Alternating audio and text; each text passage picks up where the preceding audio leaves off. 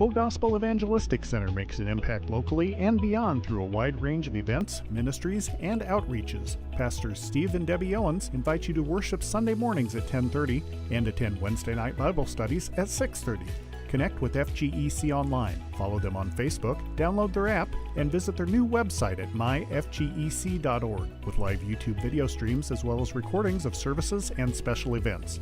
Full Gospel Evangelistic Center, 304 North McLean Street in Lincoln. Whether you're buying or selling your home, the brokers of Me Realty will work with you to get the deal done. As one of Central Illinois' top producing offices for decades, Me Realty has the experience to guide you through the process. You want results?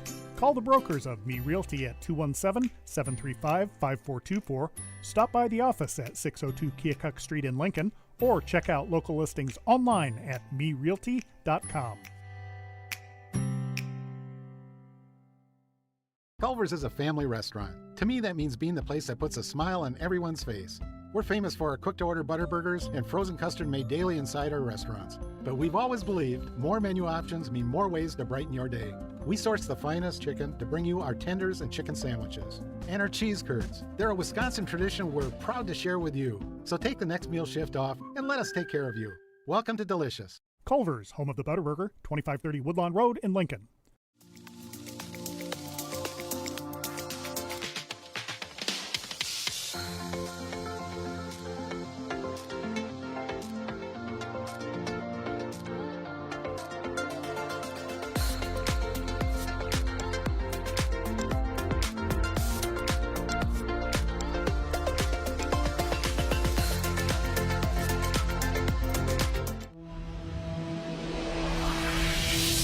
The following is a presentation of WLCN 96.3 FM and WLCNonline.com. This live video stream is made possible in part by WLCN's live stream technology sponsor, Me Realty, located at 602 Keokuk Street in Lincoln and online at merealty.com. It's a pretty good view from the cheap seats this morning. Welcome, sports fans. Lincoln and Logan County out there on the World Wide Web. We talked about the World Wide Web yesterday a little bit. We're Copper and Oak this morning. We brought in a special guest, Joel Vincent, very knowledgeable about things. Joel's very knowledgeable. He's going to come in. He's already on. We're going to talk a little bit about everything, especially that NCAA tournament. Furniture Jake with us. Morning. Good morning, Jake. Well, good morning, Joseph. Well, you're a pleasant fella. I got to tell you what. You've had quite the morning here. Are you from Pleasantville? I'm pretty sure running your yapper is going to get you in trouble. We got Diamond Jim over there running the board, and he does a heck of a job. And then we've got Talkative Lloyd over running the camera. Lloyd, he's in good spirits today, too. Did you and Lloyd go out last night? No. Oh, I just wondered. So anyway, welcome to the show. We'll jump right in on some things. Joel, where do we want to start with this NCAA tournament? At the beginning? Sure. We could start. Well, I'm sure we're going to talk plenty of Illinois, but we could probably just start with the kind of the controversy of even the play-in round. Before we went on the air, let's talk about it. North Carolina. Do you guys think they should have got in? They did win a game and then got in, and then they got kind of waxed yesterday by Ole Miss, but. They made a comeback and made it close, but for most of the game, they look like the North Carolina that didn't deserve to be in. But there was a lot of controversy, and they were borderline: do they get in or not? Yeah. They get in, and then on the there's a gambling sites out there. Some people were picking them to make the Sweet 16, get to the Final 8, and they're borderline getting in. I think maybe some of that. Remember a couple of years ago they had a down year and they caught fire at the end of the season, their conference tournament, and they ended up playing for the national championship that year. I think they were an 8 seed and they just kept winning and winning. So maybe people thought, oh, we've seen them do this before, they'll do it again. But they just weren't that good. And in my opinion, if they're gonna say that team gets in, then going forward, they better make sure that other teams that are 1-12 versus quad 1 teams that aren't named North Carolina and whose athletic director isn't the chair of the tournament committee. Yeah, there's a lot of Membership has its privileges. a lot of things lined up there, and they deserved all the scrutiny that they got for doing that. Did you, now there were a few, is this the first year or the second year of this new thing, how they figure out how they put them in the tournament? No, I'm talking about.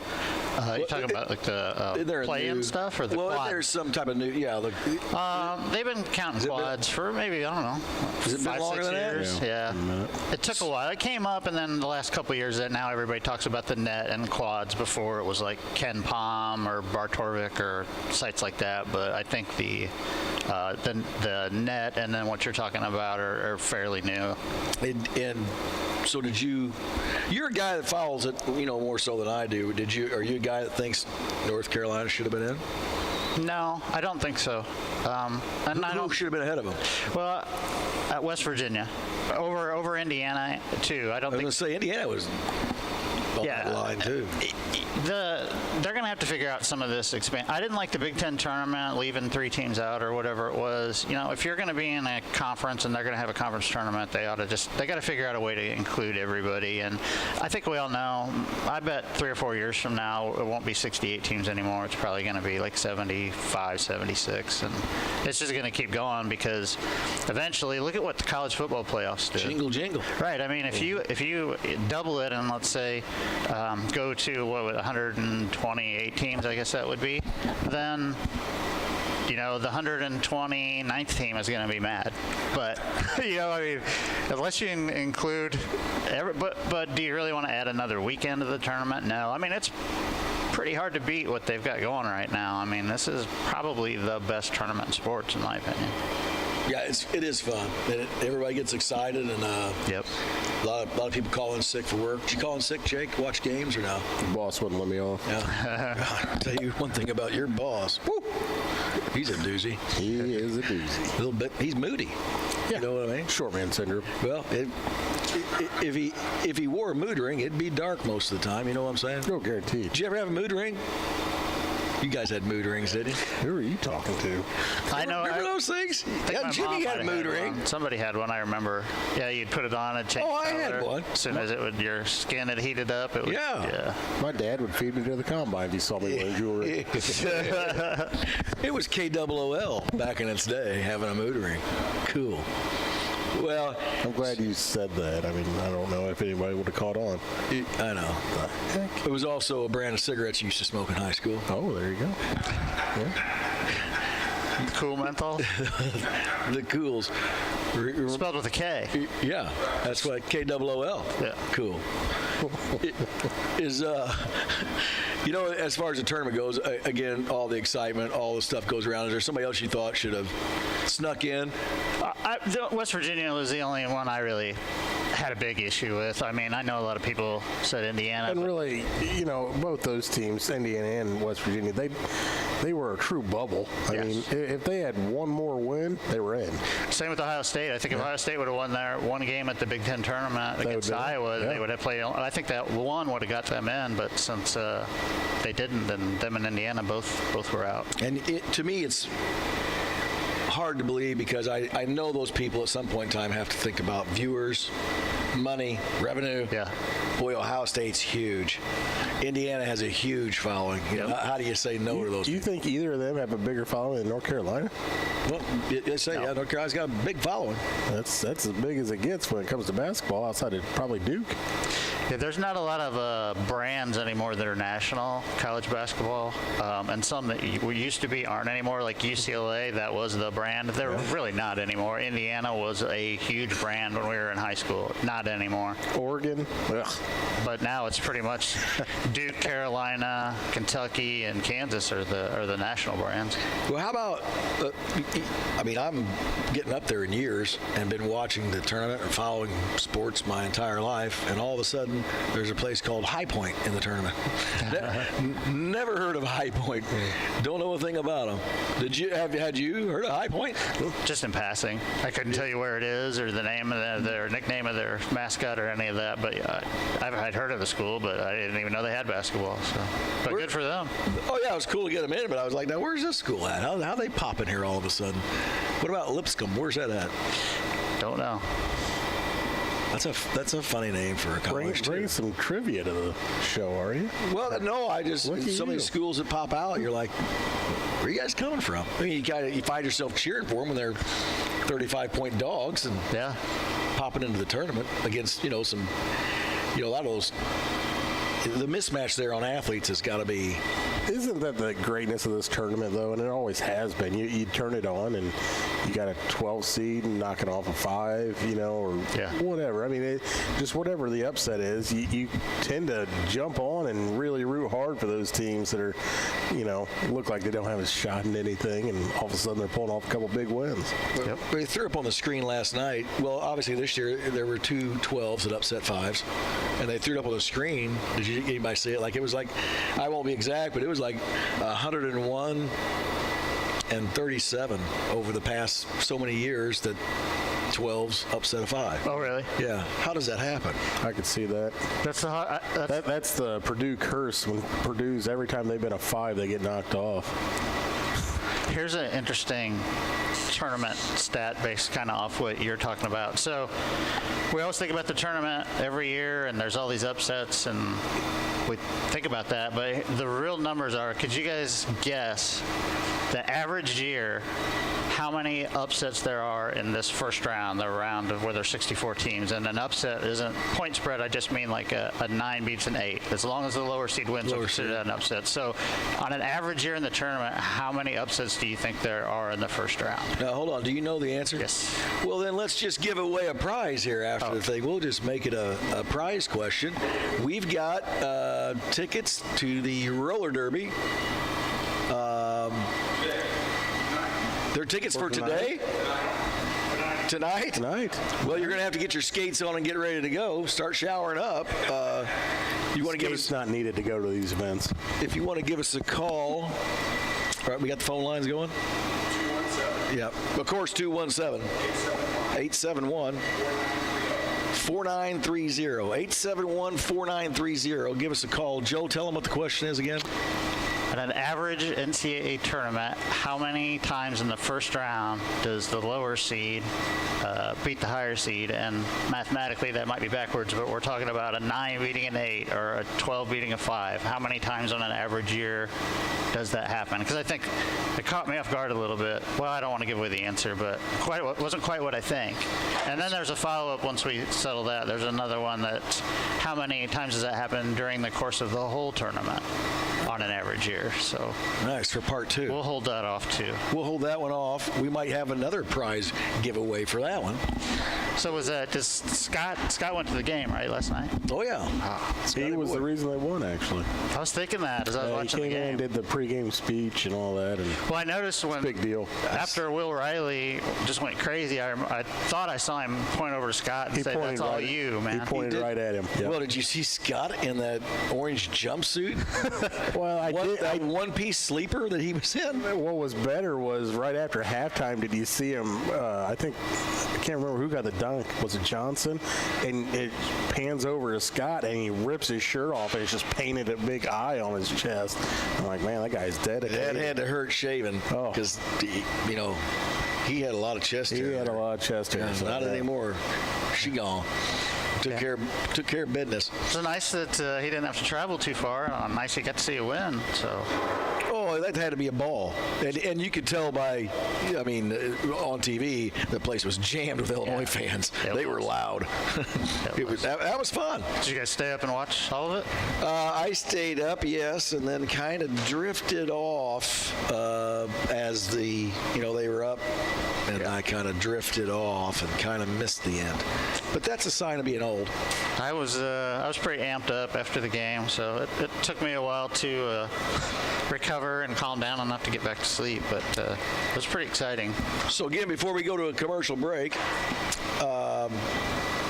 these pair of tickets are to the Prairieland Punishers versus the Southern Illinois Roller Gremlins Women's Flat Track Roller Derby. It is Saturday today at Decatur Civic Center. The doors open at 4 and the first whistle is at 5.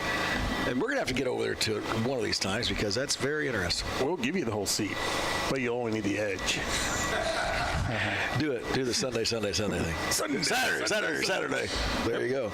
All right. Hey, we're going to take a commercial break. And when we come back, we're going to talk more NCAA basketball and maybe dissect this tournament a little bit and talk about your Fighting Illini. Yes. Stay with us.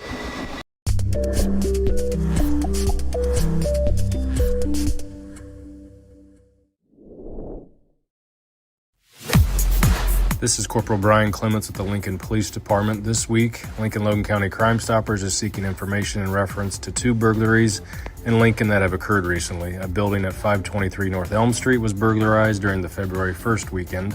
Another building at 411 North Chicago Street was burglarized on the weekend of February 3rd. Multiple expensive tools were taken from both locations. If you have any information on this crime, please contact the Lincoln Logan County Crime Stoppers anonymously at 217-732-3000 or the Lincoln Police Department at 217-732-2151. Tips leading to an arrest could receive a cash reward up to $1,000. Crime Stoppers only wants your information and not your name. The Lincoln Logan County Crime Stoppers Crime of the Week is brought to you by Me Realty, supporting a thriving community safe for families through support of the Crime Stoppers program. Me Realty, 602 Keokuk Street in Lincoln, and online at merealty.com.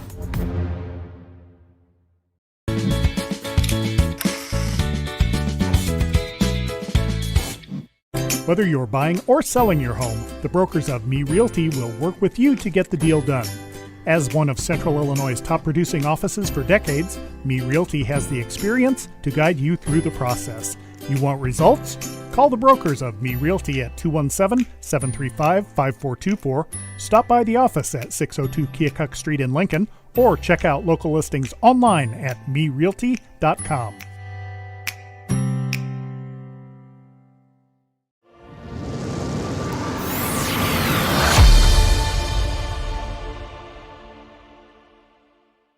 Full Gospel Evangelistic Center makes an impact locally and beyond through a wide range of events, ministries, and outreaches. Pastors Steve and Debbie Owens invite you to worship Sunday mornings at 10:30 and attend Wednesday night Bible studies at 6:30. Connect with FGEC online, follow them on Facebook, download their app, and visit their new website at myfgec.org with live YouTube video streams as well as recordings of services and special events. Full Gospel Evangelistic Center, 304 North McLean Street in Lincoln.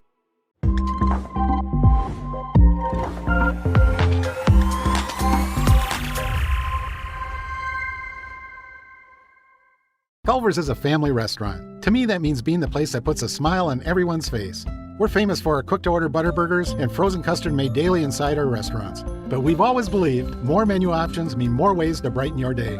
We source the finest chicken to bring you our tenders and chicken sandwiches. And our cheese curds. They're a Wisconsin tradition we're proud to share with you. So take the next meal shift off and let us take care of you. Welcome to Delicious. Culver's, home of the Butterburger, 20.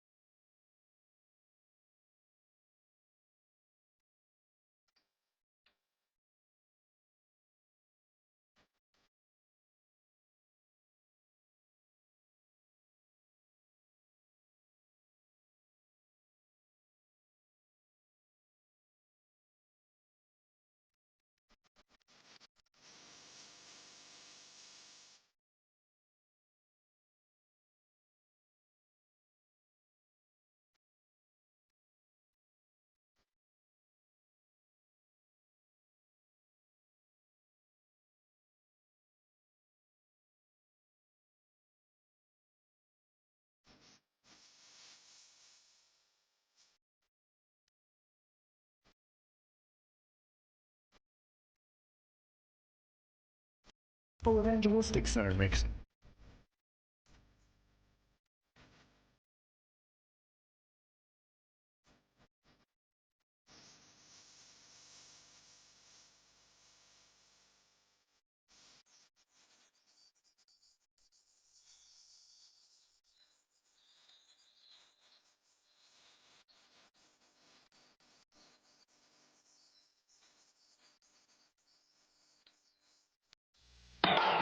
This is Tom McCarthy for the Philadelphia Phillies, and you're listening to Cheap Seats on WLCN 96.3 FM with Joe, Jake, and Shabadoo.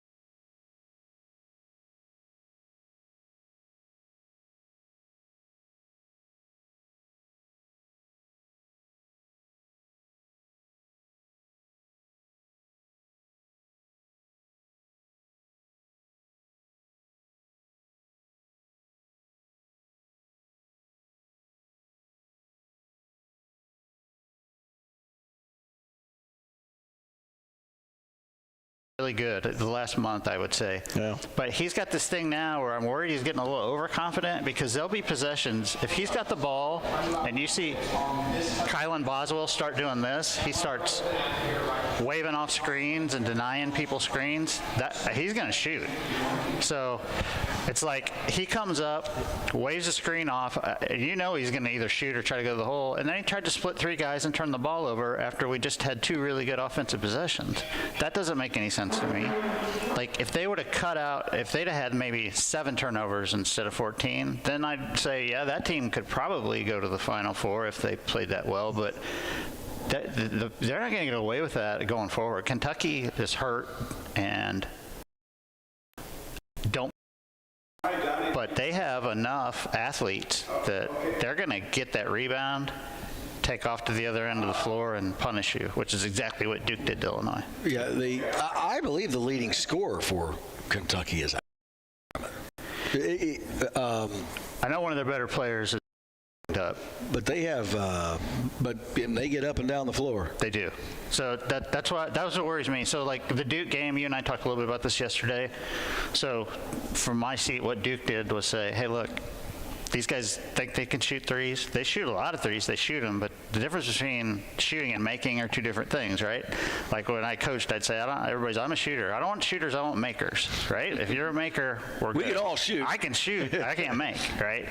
So I think that when you see Illinois run that high offenser Ivisic like that, right? That's the only guy, in my opinion, on the team that is a plus 3-point shooter. So going forward, in my opinion, I don't know why this hasn't happened in the last 6 weeks or a couple of months, really. In my opinion, every guy in Illinois' roster's number 1 offensive asset, other than Ivisic and Humrickhouse, is attacking the basket, right? Boswell's great at attacking the rim. KJ's great at attacking the rim. I can't tell you the last time somebody got in Will Riley's way when he went to the rim. He's just been unbelievable in the paint. It's unbelievable. Morez Johnson attacking the rim. Trey White, okay, threes, best attacking the rim. So you got all these guys. Well, let's go shoot 43s. Does that make any sense? Like in Humrickhouse, when I say he's one of the guys, it's only because that's all he can do. Like, if he's not shooting threes and making them, he doesn't play defense. He doesn't rebound, even though he's 6'10". So that was one thing that really, really frustrated me last night. If I raised my voice at the TV 4 or 5 times, it was always about that. I felt Brad forced Humrickhouse into the game and sat Riley on the bench at one point. And then Humrickhouse was missing threes, and he turned the ball over, and Trey White's sitting on the bench, and I'm thinking, what are you doing? What is he going to do if he's not? Obviously, he's not on tonight. What is he doing in the game? Like, put me in the game. I can go run around and not do anything and chuck up a 3 off the backboard. But I know he made promises to that kid to get him there, but it's a win or go home, man. Like, Humrickhouse had no business being in that game in the second half. And when it is win and go home, that's how you have to play. The other thing we talked about yesterday, Joe, that kind of panned out was the rebounding. So Illinois out-rebounded Xavier 45-25, and what we talked about yesterday was Xavier's philosophy is we don't care about offensive rebounding. We want a defensive rebound, and we want to get back and get our defense set up. Now, to me, that's very strange. See, I just don't. I'm not a basketball coach, and I've never said I am, Jake. But I don't understand that mentality. But is that pretty popular? Well, it seems to be a little more prevalent than I realized. Your guest here last week, Chloe, talked about how CSU, that their priority wasn't offensive rebounding. They wanted to get back and set their defense. So. But I always thought hitting the offensive boards was a big deal. Well, you're that close to the basket, the ball's already in the air, bouncing around up there. Go get it and put it back in. Xavier had 25 rebounds, 20 were defensive, only 5 were offensive. Illinois had 10 offensive rebounds, which means they beat them 10-5 on the boards, so they got an extra 5 possessions. Well, if you score on half of those, you're plus points over them already. Yep. And if they're not sending guys, they want to get back and play defense, but how many times are they passing up a guy just getting a rebound and going right back up over the top and getting a quick 2? I thought that was Illinois is going to out-rebound almost every team they play, except for Maryland, apparently. And Maryland's still out there. Right. I thought overall, I don't know.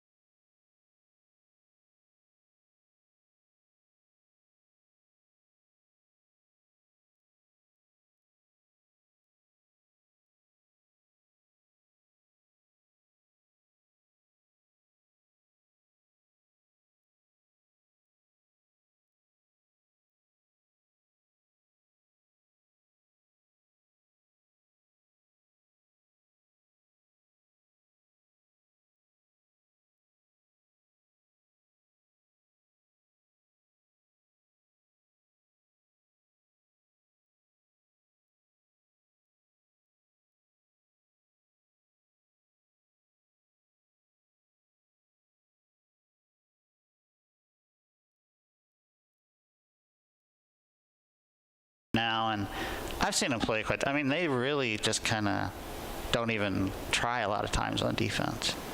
And with our offense, getting extra, that's why offensive rebounds, we could steal an extra 10, 12 points just off offensive boards. I tell you, that's, if you're trying to play defense or whatnot, and they're getting offensive rebounds while your guys are jetting to the other end of the court, and then they're putting them back up, getting easy points, boy, it really kills your team.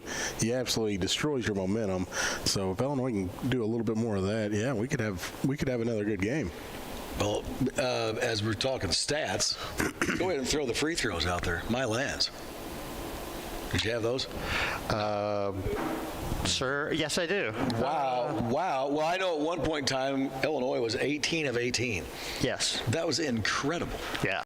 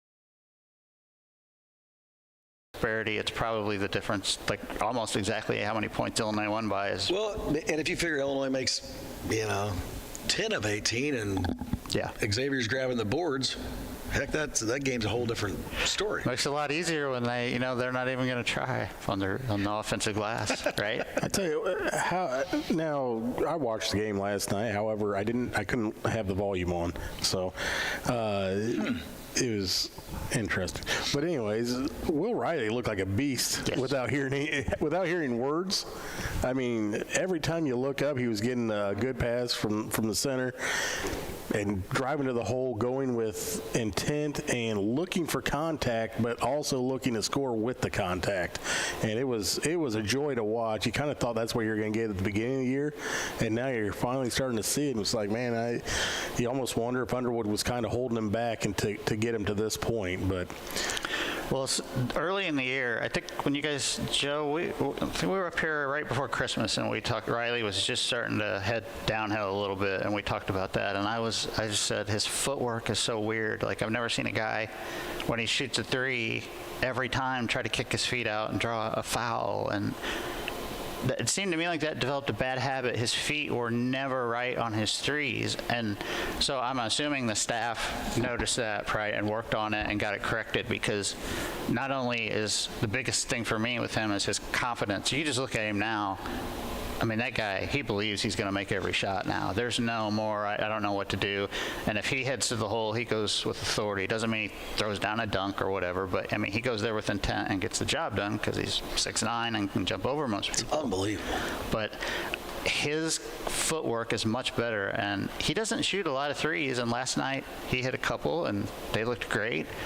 But he's just been destroying people, driving mid-range game, taking people. They had a great spin move on the baseline that he barely stepped out of bounds on last night. Yeah. And they I turned got around to tell and you did it a what, little when they showed the replay, I was like, are you sure he's out of bounds? Yeah, that was a really His nice heel move. might have been laid up over the top of out of bounds, but I'm not sure it touched it.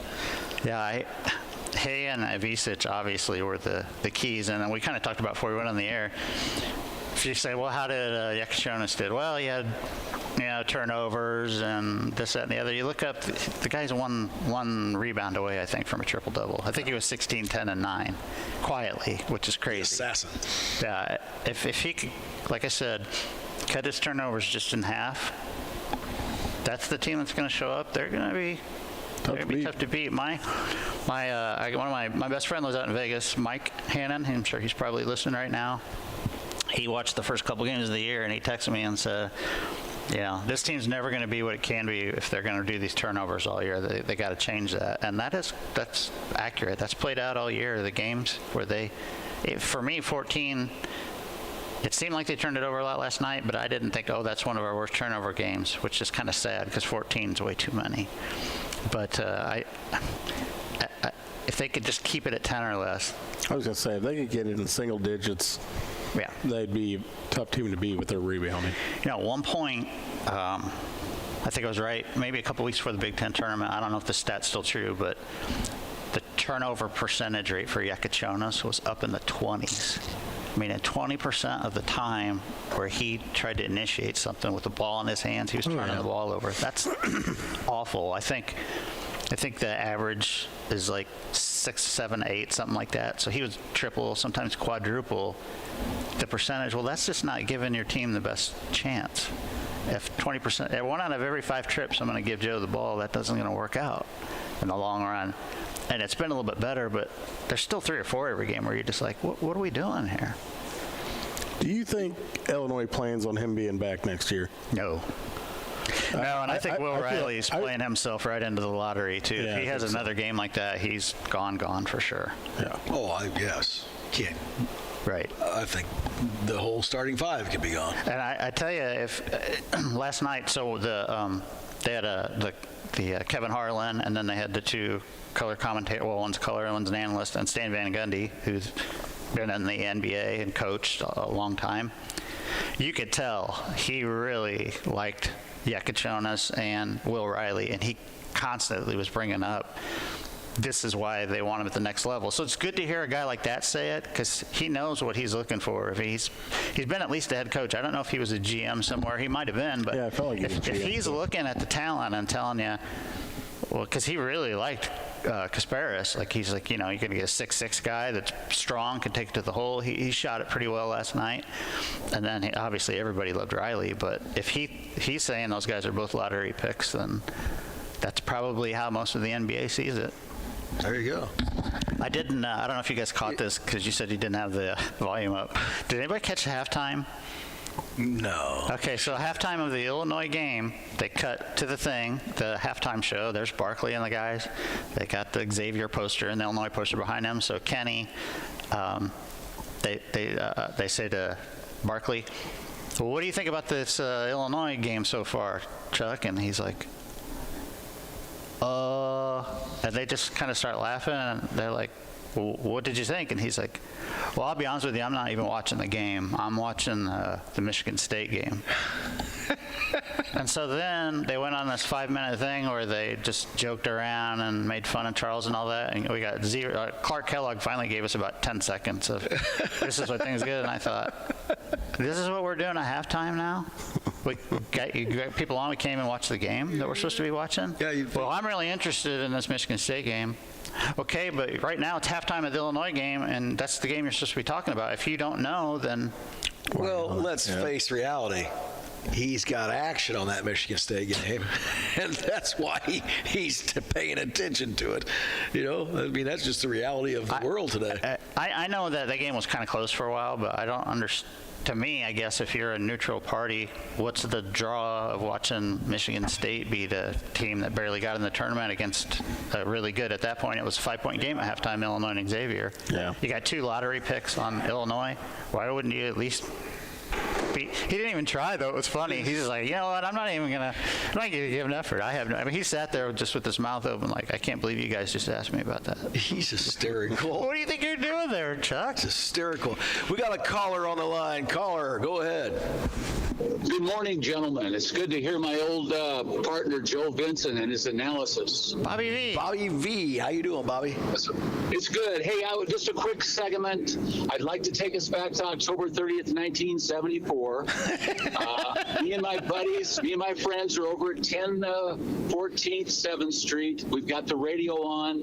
It's the Muhammad Ali, George Foreman fight, and we're scared. We're big Muhammad Ali fans, but Muhammad's 32, George is 25. He's 40-0. He's got 37 knockouts.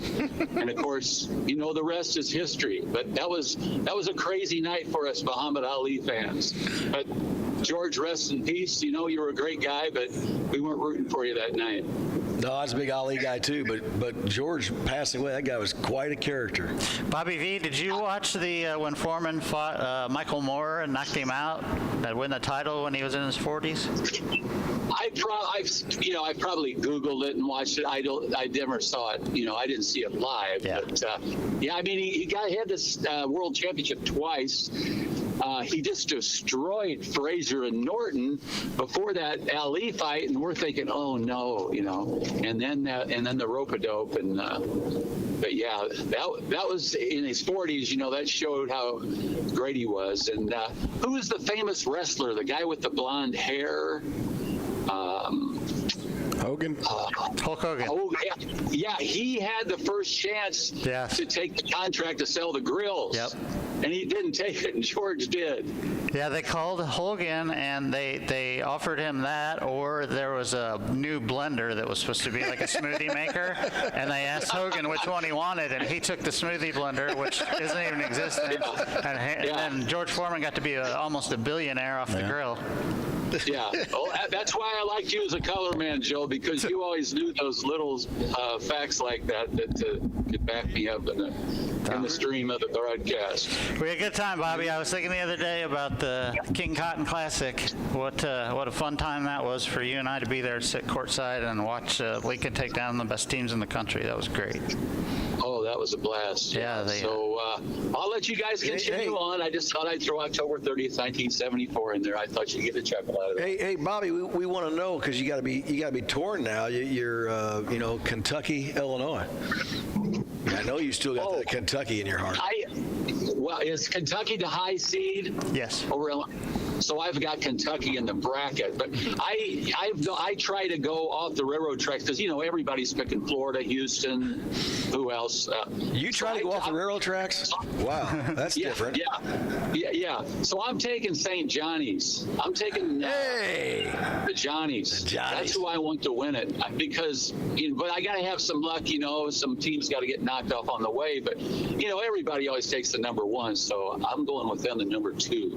Well, Bobby, you're one of the smartest guys out there that ever came off the Sangamon Street. You know what I mean? Hey, thanks for the phone call, Bobby. All right, yeah, no problem. I love you guys. Good broadcast. Well, we love you back. Yeah, good to hear from you, right. Bobby. Adios. All right, we're going to jump into a commercial real quick, and when we come back, we'll finish up your visit with Joel Vincent, who is the NCAA basketball expert Don't say that. at Copper and Oak. Stay with us.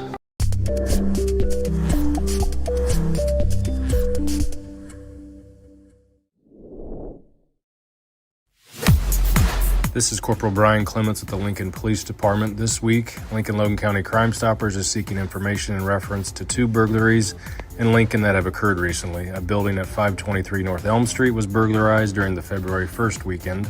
Another building at 411 North Chicago Street was burglarized on the weekend of February 3rd. Multiple expensive tools were taken from both locations. If you have any information on this crime, please contact the Lincoln Logan County Crime Stoppers anonymously at 217-732-3000 or the Lincoln Police Department at 217-732-2151. Tips leading to an arrest could receive a cash reward up to $1,000.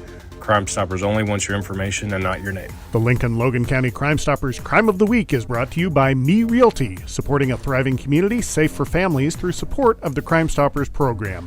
Me Realty, 602 Keokuk Street in Lincoln, and online at merealty.com.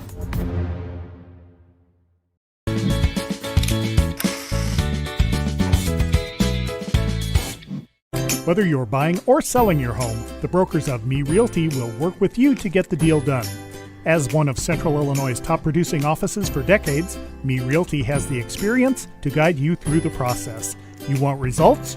Call the brokers of Me Realty at 217-735-5424, stop by the office at 602 Keokuk Street in Lincoln, or check out local listings online at merealty.com.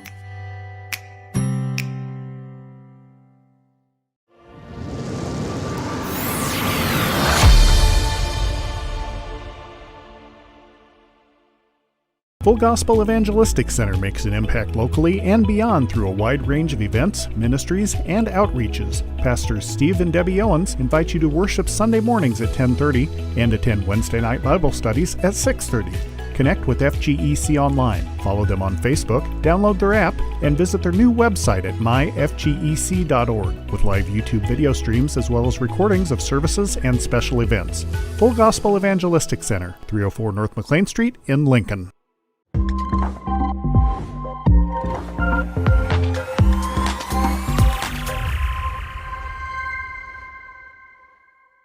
Culver's is a family restaurant. To me, that means being the place that puts a smile on everyone's face. We're famous for our cooked-to-order butter burgers and frozen custard made daily inside our restaurants. But we've always believed more menu options mean more ways to brighten your day. We source the finest chicken to bring you our tenders and chicken sandwiches. And our cheese curds. They're a Wisconsin tradition we're proud to share with you. So take the next meal shift off and let us take care of you. Welcome to Delicious. Culver's, home of the Butterburger, 20.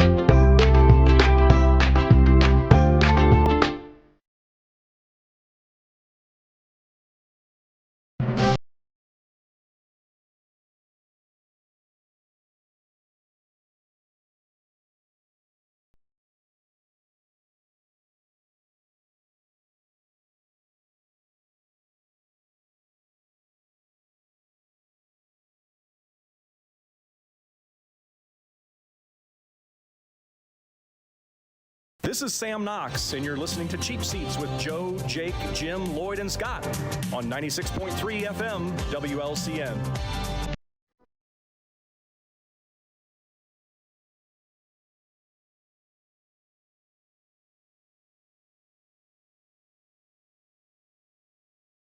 The Cheap Seats, you're sitting around Copper and Oak visiting with Jake Johnston and our basketball expert, Joel Vinson. Oh my God. That's so much it's crap fun to say. Yeah. You know what? Anyway, let's go back to the NCAA tournament. First of all, I'd like to say or ask, the surprise team that you saw out there, like you looked at and went, wow. And mine was McNeese State. It was like when I saw them on TV, I was like, wow, they're good. And it wasn't just that they won and pulled off an upset. They controlled the game. I mean, they were clearly the better team and knew it, and they just went about their business. Like, Clemson, who are you? Even though you were in the Final Four, a year ago or 2 years ago? Sure. They looked like the team from the Power Conference. They looked really good. Yeah, and I always look at it like, boy, I'm sure a lot of the members of the McNeese State team would have loved to have been recruited by Clemson. Yes. And they don't get there. So you got to have a little bit of that chip on your shoulder when you take the court. But wow, that team looks good. But if you're the coach at McNeese, you got to be thinking quietly, maybe in private thoughts. This is great, but now everybody's seeing my players, and they're going to come after them, and they're going to NIL them to Alabama, or you know what I mean? Like, you're just kind of advertising everybody else's grocery list for them. Yeah. Like, I'd like that, and now McNeese won't be back to the tournament for 2 more years. Or longer. It's just, I guess that's. And then McNeese, as we were talking about, they play Purdue at 11 o'clock this morning. So we're going to see McNeese, right? First game today, right? Okay if I go over the games here? Absolutely. Unless you got a team you want to throw out, Jake. Who was your surprise team you saw on TV? You went, Illinois. I was surprised by it. I'm not going to lie. The turnovers they've had all year long, I'm like, I can see them bouncing in the first round, and I really could. And Joel, you had a stat you wanted to throw asked about. How many games, so 3-point percentage, generally you want to at least start with the 3. If it starts with the 2 and you're shooting 20-some% from 3, that's not good. You want it to probably be more like 35-37% would be acceptable. So what do you think the number of games that Illinois lost this year, and this was going in the Big Ten tournament, how many times did Illinois lose when they shot 27%, which is not great, or better during the season from 3? So very low standard. All they had to do is shoot 27%, which is really 1 out of every 4. Not great, but how many games do you think they lost when they just shot even that acceptable amount? 3. Joe? All of them. 2. They lost twice. So that tells me wow. If they could just be average. They don't have to be average. If they could just get to 30%, they're going to have a chance to beat most teams they play because of the way they pass and rebound. Yeah, the rebounding. And then they turn it over and let you right back in the game. So the games today, guys, at 11 o'clock, the first 3 games are nice. They're all on CBS. So I know a lot of people are like, well, where are the games at? There's too many channels, that type of stuff. So we'll get you set up here. Purdue versus McNeese, CBS at 11. At about 1:45, Arkansas, St. John's, which I know you guys like St. John's. I like St. John's. And again, that's on CBS, and St. John's is a favorite. Michigan and Texas A&M on CBS at 4. That'll be a great game. Upset-minded Drake versus Texas Tech at 6 o'clock on TNT. But Drake has played well, looks good, don't they? Yeah. I think 31 wins this year. Yep. So. And they're getting 6.5 points for anybody that cares about that stuff. M&M's. Yeah, M&M's. Auburn and Creighton at TBS, on TBS, at 6 o'clock. Let's talk about that game a second. Okay. Creighton's played well. Can they hang with Auburn? Well, so Auburn, they've got a really good big guy, Janai Brome. He's probably behind flag as Player of the Year nationally. 6'10", really powerful, athletic, jumps with power, fast. He's really good. They got some good guards, but Creighton's got, I think, is Kalkbrenner, the 7-footer, and he's pretty good. The only thing about Auburn that worries me is they we all know their coach, Bruce Pearl. He's a big love. I mean, people in Illinois love Bruce Pearl. Actually, I think it was around here. It's do you despise or do you hate him? Yeah.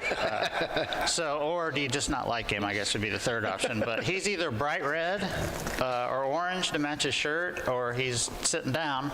But he's a very volatile personality, right? He gets very into it and gets fired up. And sometimes he's got a couple guys on his team I've seen in almost every Auburn game I watch. They get a little mouthy, right? And they can get a little talking back and forth type stuff. So if they get in a game and I'm another coach and I got a chance, I might try to send one of my troublemakers out there to see if I can get them distracted from playing basketball and start some trouble and see what happens there. Yeah, I don't think that's Creighton's game, though. Creighton, no, they're pay attention to the finer points. You know, their turnovers are low and all that. I mean, they're a tough team to play for any team, especially with their size. If they make if it plays out and they end up playing Michigan State's got a guy named Holloman. He loves to start trouble with people. Loves it, and he's very good at it. He's very good at it. So that would be good to see him go in there and kind of stir up that hornet's nest a little bit. I like it. All right, then at 6:45 we got BYU, I really like BYU. I think they can do some damage. They're playing Wisconsin. That's a great game on CBS. 7:40 you got Gonzaga and Houston on TNT, and Houston's favored by 5. And the last game is 8:40. You got UCLA and Tennessee on TBS. I'll tell you what, it's Houston. You see Gonzaga on your list. That's a game you got to worry about. Yeah, they've got a lot of experience. Their coach, they weren't all that great this year when I saw them. But when you put them in the tournament every year, it's unbelievable. It's really good. Oh yeah. I mean, they get after it. They're one of the top 2 teams in the country. I mean, who's got the deepest bench out there? Florida's deep, aren't they? Florida's really good. Is Alabama deep? Yeah. I mean, they're 4-star sitting on their bench. Kentucky, I don't think it's very deep because of their injuries, so that'll be good for Illinois. At one point in the year, you might have said Illinois was deep, but that's really been trimmed down to more of just kind of like Morez coming off the bench and Ben a little bit. Jake Davis didn't even get in last night, and Dre Gibbs-Lawhorn didn't hardly play anymore. So, that's one thing when you run into those super elite blue blood types. They're bringing guys off the bench that most schools would have been their number 1 guy. So yeah. But that can also work against you because at some point you got to have some chemistry. Yeah, that's the whole thing too. Right. It's tough to just pop in the game. That's what Illinois' team last year had. They were really a connected team with Shannon and that group. I mean, Damask, it seemed like they knew where the other guy was going to be all the time. I thought that was lacking just a little bit at times this year. And then they ran into trouble. They did. Yeah, they did. Could that game have been Well, it started out okay. It was pretty even, I think, up until about the 8-minute mark. And then, for some reason... What was the run? I remember the run. It was 30 to 0. Holy cow. It was incredible. Shannon kept going in and trying to put Klingon through the rim, and it just wasn't going to happen because the guy's just a great shot blocker. And rather than trying something else, they just kind of kept trying to do it, and before you know it, it was over. And boy, that UConn team was just unbelievable last year. Yeah, UConn was good. Well, Coach, you're a big fan of the coach, aren't you? No. No, I am not. He's a little full of himself, and that's fine. He loves to tell people he's the best coach in college basketball, and tries to get into it with fans after the game as he hides behind a security guard. He's a real tough guy. Who do they have now? Do you have that? I don't have it in front of me. UConn. Oh, good. They get to play Florida. Oh, that's fun. Yeah. Well, hopefully they'll be drying their tears after the game. Gator bite. So right now, if you had to, after watching, the first 2 days, if you had to pick your national champion, I think there's about 5 of them. I'd probably still, at this point, I'd probably take Florida. They just played better than anybody I saw at the end of the year. And to your point, they're deep, and I just didn't see much weakness. Auburn's been too up and down. Duke, you like maybe Duke, but how's Flag? Flag's okay against that team, but how's he going to be if he's got to go up against, let's say they have to play Houston in a final. I was just going to say, those guys from Houston, if he's not 100%, they'll just run him around. That's the whole thing, too. Is he 100%? Yeah. He can't be. No, but it made 80%. He's probably really good. Yeah, one of the best. He's fun. Yeah. And I'm a Duke Houston's, fan. Houston's pretty good. Yeah. I really like Houston. Well, they really play defense, and they crash the boards. And in a way, I'd kind of like to see Illinois get to play. Well, obviously I would, because I mean Illinois did like great. to see Illinois win. But I'd love to see how Illinois matches up rebounding-wise against them, because I saw what it was like against Maryland, and it wasn't great. No. So I have a feeling it wouldn't go well, but it would be interesting now that Marez is back to see if they could at least Might look like the Duke game. beat. And Marez might be the key to this going forward, guys, because he brings a defensive impact, and there's a rebound to get. It's his. Yeah. And now he doesn't stretch the floor, but you need somebody that can protect the rim. And He has a do the nose dirty for it, work. doesn't he? He sure does. Both offensive and defensive end of the ball. I mean, Yeah. he's a big, strong body, and boy, he really has space knowledge when it comes to getting rebounds, which is rare nowadays. I don't think Auburn's going to get there. No, I don't think so either. I wouldn't be surprised, if it's not Michigan State coming out of that side of the bracket against Florida, and then probably, I don't know, Tennessee. Tennessee might be good enough to beat Houston and come out of that region.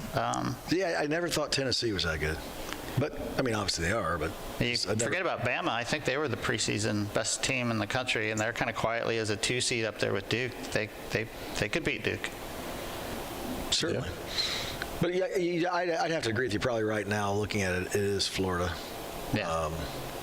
They seem to have everything. They got a couple bigs. They defend well. They can shoot the three. They got guys that can play the mid-range game, which you don't really even see a lot of anymore these days. That's another thing that Will's really added, is he can pull up from 8 feet now and hit a shot, whereas before he kept trying to take everything to the rim, and he wasn't at that point experienced or strong enough to finish over people, so he would miss those layups. And now, although he did miss a couple last night early, but now he just realizes, oh wait, I'm 6'9", I can go over you and just make a 5-foot shot. Yep. I don't have to overpower you. And isn't it funny how tough that, like you're saying, that 5 to 8 foot shot around in the paint, how tough a shot that is to make?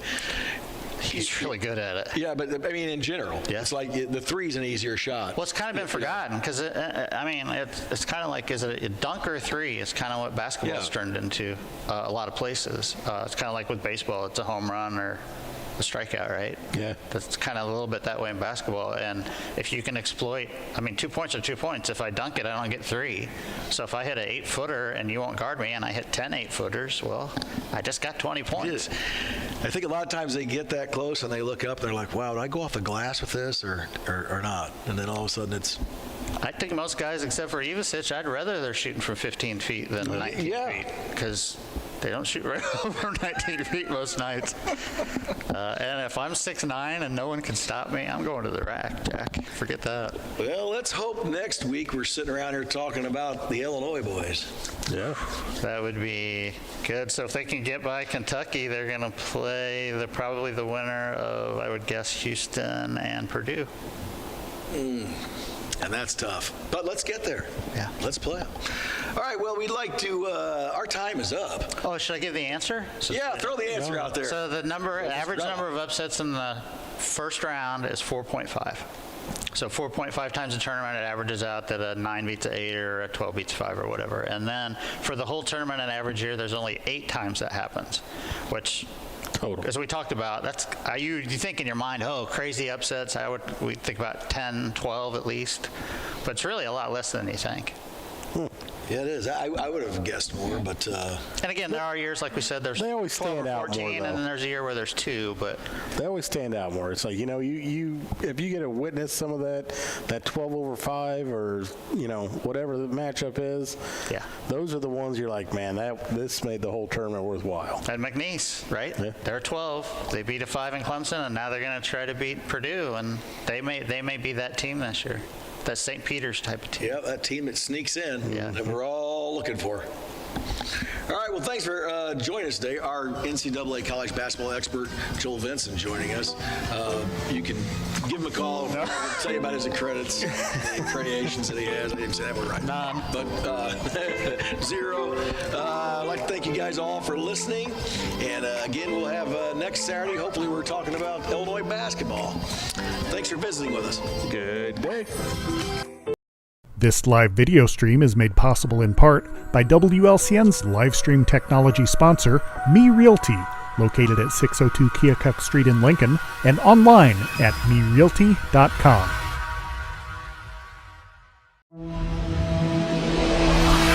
The preceding program is a presentation of WLCN 96.3 FM and WLCNonline.com.